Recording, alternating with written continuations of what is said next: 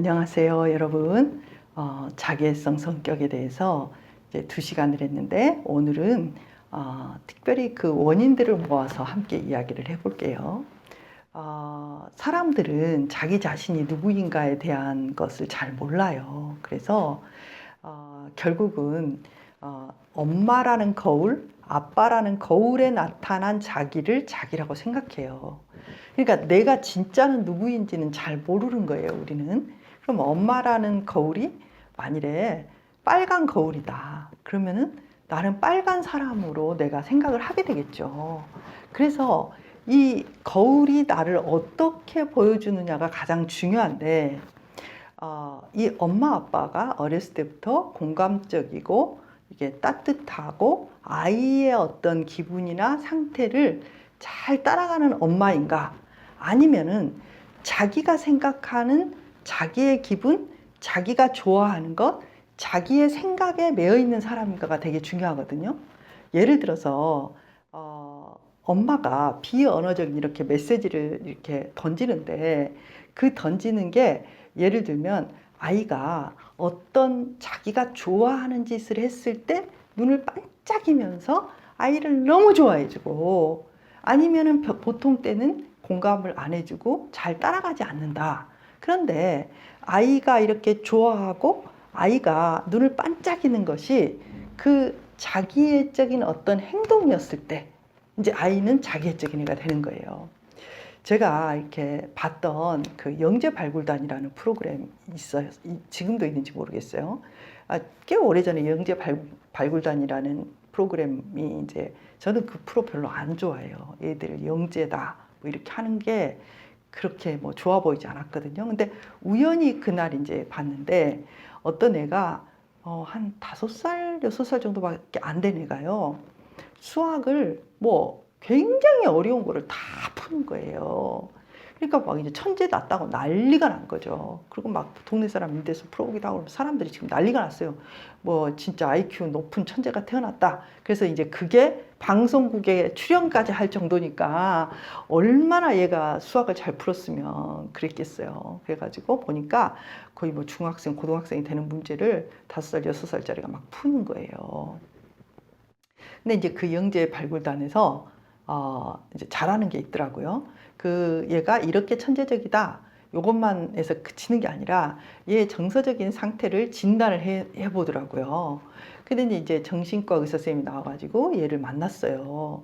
근데 얘를 만났는데 뭐 무슨 말을 하는데 얘가 엄청 우는 거예요. 갑자기 그냥 엄청 울고 막 어떻게 막, 그러니까 이게 문제가 있다고 느낀 거예요, 이 의사 선생님이. 그래서 이제 엄마하고 면담을 하는데 얘가 문제를 풀 때 스트레스를 너무 많이 받는다. 그렇지만 엄마 아빠 때문에 얘가 계속 문제를 푸는 거다, 이렇게 말을 했어요. 그러니까 그 엄마가 하는 말이, 선생님 내가 문제 풀려고 한 적이 한 번도 없어요. 근데 자기가 좋아서 푸는 거예요. 그러니까 얘가 어떠냐면은 문제를 주세요, 문제를 주세요 막 그러고 막 노래를 부르면서 엄마 아빠한테 자기한테 문제를 달라 그러고 풀고, 문제를 달라 그러고 풀었거든요. 그러니까 이제 그 정신과 선생님이 뭐라고 하시냐면은 아이는 말을 하지 않아도 엄마가 어느 지점에서 좋아하는지 그 반짝이는 눈동자를 보고 그것만을 하게 된다는 거예요. 그러니까 이 어린애가 자기도 너무 스트레스를 받고 있는데 너무 좋아하니까, 엄마 아빠가 그렇게 어려운 문제를 풀면 너무 좋아하니까, 또 사람들이 있을 때 풀면 더 좋아하니까 그걸 푼 거예요. 여러분, 이렇게 엄마 아빠가 어떤 특정 분야에서만 아이를 되게 이렇게 공감해주고 좋아하게 되면요, 특별히 어떤 애들이 이제 더 이런 자기애적인 사람이 되냐면은 정서적 메시지에 비언어적인 정서적인 메시지. 그러니까 뭐냐면 아까 그 얘처럼 이 부모의 눈동자가 정말 엄마가 너무 좋아하네, 뭐 이거를 살짝 느끼는데 보통 애들보다 그 정서적 민감성이 더 높은 애들이 있대요. 그런 애들이 아주 민감하게 그런 것들을 포착하고 자기애적인 문제를 가지게 될 가능성이 높은 거예요. 이렇게 아이를 양육자의 자존감의 방편으로 기를 때 아이들은 되게 이렇게 자기애적인 사람이 되기도 하고요. 또 이제 그 자기애적인 엄마 아빠가 아이들을 기를 경우에 이제 두 가지로 나눠지는 것 같아요. 자기애적인 부모가 꼭 자기애적인 굉장히 거대 자기, 그러니까 막 과시하고 도도하고 막 자기를 뭔가 된 듯이 교만하고 이렇게 딱 이렇게 외현적으로 거대하고 교만하고 막 누가 봐도 자기애적인 그런 형태로 길러진 아이. 그다음 반대로 자기애적인데 되게 우울하고 내현적이고 소심한 자기애가 또 있어요. 그러니까 보기에는 잘난 체 하는 것도 하나도 안 보여요. 그런데 어떤 부분에서 똑같냐면은 일단 자존감이 너무 낮은 거예요. 자기에 대한 자기가 뭘 좋아하고 자기가 정말 어떤 사람이 되고 싶고 자기하고 깊이 연결된 지점이 너무 약하고요. 그 다음에 다른 사람이 나를 어떻게 볼 것인가에 너무 눈치를 많이 보는 것도 같아요. 그런데 이 도도하고 거만한 사람과 달리 이렇게 우울하고 내현적인 자기애가 되잖아요. 그럼 다른 사람의 비율을 맞춰주는. 그러니까 보세요. 엄마는 굉장히 자기가 강하고 자기 뜻대로 하고 자기 뜻 했을 때 좋아하는 사람이 되고 그 애는 막 맞춰주는데 맞춰주면서 소심한 애가 되든지 맞춰주면서 엄마처럼 되게 거만하고 도도하고 사람들에게 철저히 무시하는 그런 태도를 보이는 사람이 되든지 둘 중에 하나가 되기 쉬워요. 그런데 이제 이 자기애적인 엄마 밑에서 자랐을 때 자기애적이 안 되는 자녀가 있어요. 그 자녀는 어떤 자녀냐면은 무관심함을 받은, 방치된, 별로 재능이 보이지 않아서 엄마로부터 버림받은 애들, 이런 애들이 차라리 건강한 경우를 많이 보거든요. 또 어떤 애들이 이제 또 그런 이제 자기애적인 경향을 이제 가지게 되냐면은 이런 경우가 있어요. 이렇게 아이들이 만 1세가 되잖아요. 그러면 이제 코엇이라는 사람이 뭐라 그랬냐면 자기 전능감이 막 그 피크를 달린다 이렇게 말해요. 그게 무슨 말이냐면은 이제 그 아이들이 1세가 되면 이렇게 걷잖아요. 걸을 때 이렇게 아이들이 발자국을 이렇게 떼는 그 순간, 걸어서 발자국을 떼는 순간 온 집안 식구들이 박수를 쳐요. 와, 걸었다, 걸었다, 걸었다, 막 이렇게 하잖아요. 그때가 이제 아이들이 이 뭔가 이렇게 자기가 스포트라이트를 받고 자기가 무슨 무대 위에 주인공이 되고 마치 자기가 손만 딱 뻗으면은 다 기절할 것 같은 그런 어떤 전능자의 위치에 있게 되거든요. 그래서 아이들이요, 이 그 굉장히 전능하고 자기가 제일 예쁘고 자기가 제일 박수받고 이렇게 주의를 집중시키는 그 시기에 엄마든지 아빠든지 주위 사람들이 이 아이들에게 충분히 박수 쳐주고 충분히 주의를 집중해 줄 필요가 있는 거예요. 이거를 자기 전능감이라고 하는데 반사회 성격 장애에서도 제가 말씀을 드렸어요. 이 자기 전능감이 만족한 사람들은요, 그렇게 자기애적이 안 될 수도 있어요. 왜냐하면은 이 전능감, 모든 게 전능하고 이상화되고 이게 높은 수준에 있을 때 이것이 만족한 수준에 이르면요, 그 다음에는 어떻게 되냐면 적절한 좌절이라고 해서 이제 아이들이 걷는다고 막 박수 치거든요. 근데 몇 달 박수 치면은 이제 그만 뛰어 그러지 그때까지 박수 치지 않잖아요. 그래서 막 박수를 받고 잘한다 잘한다 하고 그것들이 충분히 공급이 된 다음에는 적절하게 좌절이 되는 시기가 와요. 그래서 굉장히 박수받고 거대한 자기를 보여주었다가 거기서부터 조금씩 좌절이 될 수밖에 없죠. 그래서 좌절하고 좌절하고 좌절하고 좌절하고 이렇게 쭉 내려오면은 이게 정상적인 발달이에요. 정상적인 발달. 그럼 비정상적인 것은 무엇이냐 하면 이 자기 전능감, 요즘 이제 제가 돌 지난 한 15개월 된 손자애가 하나 있는데 그 애와 아침마다 이제 영상 통화를 할 때가 많아요. 전화가 오면은 그 애가 이제 제가 영상에 딱 나오잖아요. 그러면은 박수 받을 일을 찾아서 해요. 예를 들면 의자 위에 서보세요. 그러면 이제 의자 위에 올라가서 얼른 서요. 그리고 나를 딱 봐요. 왜 본 줄 아세요? 와, 잘했다 그 소리 들으려고. 딱 보고 기다리고 있어요. 할머니가 아이고 잘했네 이 소리 하면 얼굴에 막 화면에 웃음을 띠면서 막 그 자랑스러워하는 표정이 말도 못해요. 그 다음에는 또 어떻게 하냐면은 이렇게 뭐 이렇게 속에 뭐 집어넣는 거 있거든요. 그거 집어넣는 거 딱 중앙에 맞춰서 딱 집어넣으면 제가 저를 딱 봐요. 그럼 박수를 막 쳐요. 그거 받고 싶어서 전화하면서 또 이제 또 이렇게 찾아봐가지고 또 어디 가서 딱 서 있어요. 그러면 또 박수를 막 쳐줘요. 그거 받는 때예요. 그런데 두세 달을 그러더니 이제는 이게 시큰둥해져가지고 별로 안 하더라고요. 그러니까 자연적으로 박수 받는 게 이제 만족이 된 거예요. 만족하고 나서 그 다음에 점점 내려오는 거예요.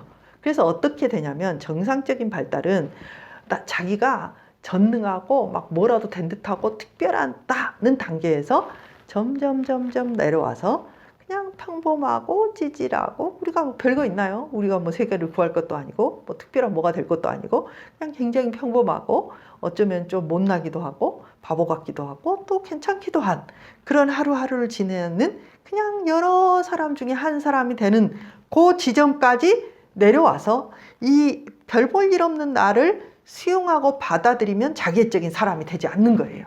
그런데 이 전능하고 막 자기가 뭐라도 되는 듯한 이런 과대한 지점에서 이 과대한 지점에서 부모가 박수를 안 쳐준다든지 아니면은 계속 박수를 쳐가지고 너가 최고야, 너가 최고야, 우리 애가 최고, 우리 애가 천재, 우리 애가 최고. 이 최고라는 말이 안 좋아요, 여러분.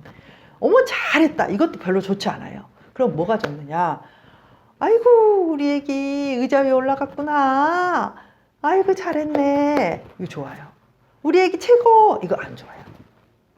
근데 이제 자기의 최고의 이슈가 있는 자기애적인 부모라면은 이런 아기가 최고라는 느낌들을 계속 자기의 원트니까 하게 되겠죠. 그러면 아이는 어떠냐면 그 최고에서 안 내려오게 되거나 혹은 이 최고라는 것을 채워주지 않는 자랑스러운 자기를 박수 쳐주지 않게 되면 정말 자랑스럽고 정말 괜찮은 나라는 형상 자체가 안 만들어진 채로 좌절이 와버리면 그러면 어떠냐면 이 전능한 자기를 계속 꿈꾸게 되는 거예요.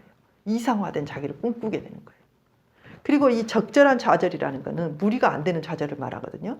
예를 들면 부모가 아이가 어떤 일을 했을 때 너무나 야단을 많이 쳐가지고 이 적절하게 내려오는 게 아니라 어느 날 여기 이 내려오는 다리가 끊겨져 버릴 수가 있어요. 그럼 어떻게 되냐면 최고의 자기하고 현실의 자기가 두 동강이 난 채로 살게 돼요.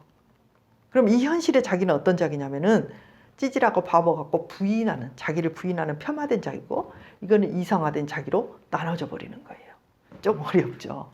그러니까 무슨 말이냐면은 어느 순간에는 우리가 내가 최고야. 나는 급이 달라. 난 특별해. 이렇게 올라갔다가 어느 순간에는 나는 왜 이렇게 바보 같지? 나는 왜 이렇게 별 볼 일이 없지? 왜 나는 뭐 똑똑하지도 않고 별로 잘나지도 않는 것 같아? 뭐 이런 기분들 우리 다 있잖아요. 근데 이 두 기분만 있는 게 아니라 중간에 여러 가지 기분들이 같이 있으면서 이게 두루두루 왔다 갔다 하면 그건 건강한 거. 우리도 다 그런 걸 느끼잖아요. 그런데 이 두 개가 시소 타듯이 왔다 갔다 해버리면 이건 고통인 거죠. 네. 그런 경우도 이제 자기애적 성격을 만드는 중요한 요인으로 볼 수 있어요. 여러분 어떤가요? 우리 안에서 우리가 어떻게 자랐는지 이제 잘은 모르죠. 정확한 건 모르지만 우리 안에서 예를 들면 손들어서 질문을 하세요. 그럼 질문을 잘 못해요. 이 자기애적인 사람들이. 왜냐하면은 이 사람들에게는 내가 모르는 게 있고 알고 싶다. 이게 중요한 게 아니라 내가 이 질문을 했을 때 사람들이 나를 얼마나 찌질하다고 할까. 이게 중요해요. 그러니까 질문을 안 하는 거예요. 또 무슨 행동을 할 때도 사람들이 나를 어떻게 볼까? 이렇게 하면 바보 같다고 하지 않을까? 뭐 우리도 그런 생각하기도 하죠. 그렇지만 그게 너무 심해가지고 뭘 못한다. 그러면 그건 자기애적인 거예요. 자기애적인 성격 장애는 아닐지라도 내 삶에 자기애적인 것이 막혀 있는 거예요. 그래서 우리나라 사람들이 잘 안 하는 게 뭐냐면 새로운 시도, 뭔가 편안하게 뭔가를 시도해보지 않는 거예요. 그러니까 지금 우리 사회에서 우리 사회가 발달하고 정말 아름다운 사회가 되려면 여러 가지 것들을 그냥 조금 실패하더라도 남들에게 조금 이상하게 보일지라도 그냥 다 해볼 수 있는 사회가 돼야 되는데 자기애적인 사회는 시도를 하지 않아요. 내가 이걸 해가지고 사람들이 혹시 나를 이상하다고 하면 어떡하지? 내가 실패했을 때 내가 특별하고 멋진 나라는 게 깨지면 어떡하지? 나는 그래서 이제 그런데 막 휩싸여 있다가 이제 자기로 돌아오잖아요. 그러면은 내가 세상을 기만하고 뭔가 세상에 내가 연기하고 세상에게 보여주려고 했기 때문에 그 세상에서 받는 박수는 내 것이 아닌 듯한 그런 느낌이 있어요. 그러니까 결국 세상에서 잘해도 내 자존감을 올리지를 못하는 거예요. 제가 이제 어떤 자기애적인 분이었는데 성공하시고 사람들에게 좋다는 말을 듣는 분이에요. 그런데 이제 그분과 아내의 문제가 있어가지고 이렇게 상담을 했는데 그분이 나중에 이제 뭐라고 하냐면은 저에게 이런 말을 했어요. 자기는 사람들에게 어떻게 보여줄까가 되게 중요하기 때문에 굉장히 노력을 많이 한다는 거예요. 자기 직장에서도 성취를 많이 하려고 노력하고 남에게 혹시라도 이렇게 트집 잡힐 것이 있는지 없는지를 되게 점검을 많이 하고 그래서 사람들에게 인기도 있고 일도 잘한다는 거죠. 그런데 그분이 저에게 하는 말이 너무나 인상적이었어요. 그게 뭐냐면은 실제로 자기 안에는 사랑은 1도 없다는 거예요. 고갈되었다는 거죠. 그게 그분의 자기애적인 어떤 부분들을 굉장히 잘 표현한다고 생각해요. 이 자기애적인 사람들은요, 너무 이 줄 세우기, 너무 누가 더 잘났냐, 내가 사람들에게 어떻게 보일 것인가에 너무너무 에너지를 빼앗기고 고갈되기 때문에 진심과 사랑으로 다른 사람과 뭔가를 하는 게 굉장히 부족해요. 여러분, 그리고 많은 부분에서 우리 사회의 에너지가 너무 이 자기애적인 가치에 쏠려 있는 것을 보는데 이것이 진짜 우리의 삶을 살아가는 얼마나 많은 부분에 손상을 가져오는지 몰라요. 자, 오늘은 자기애적인 성격이 되는 원인들을 몇 가지 살펴봤어요. 여러분, 저는요, 여러분들이 자기애적인 그 누군가를 향해서 이 강의를 듣고 있지 않았으면 좋겠어요.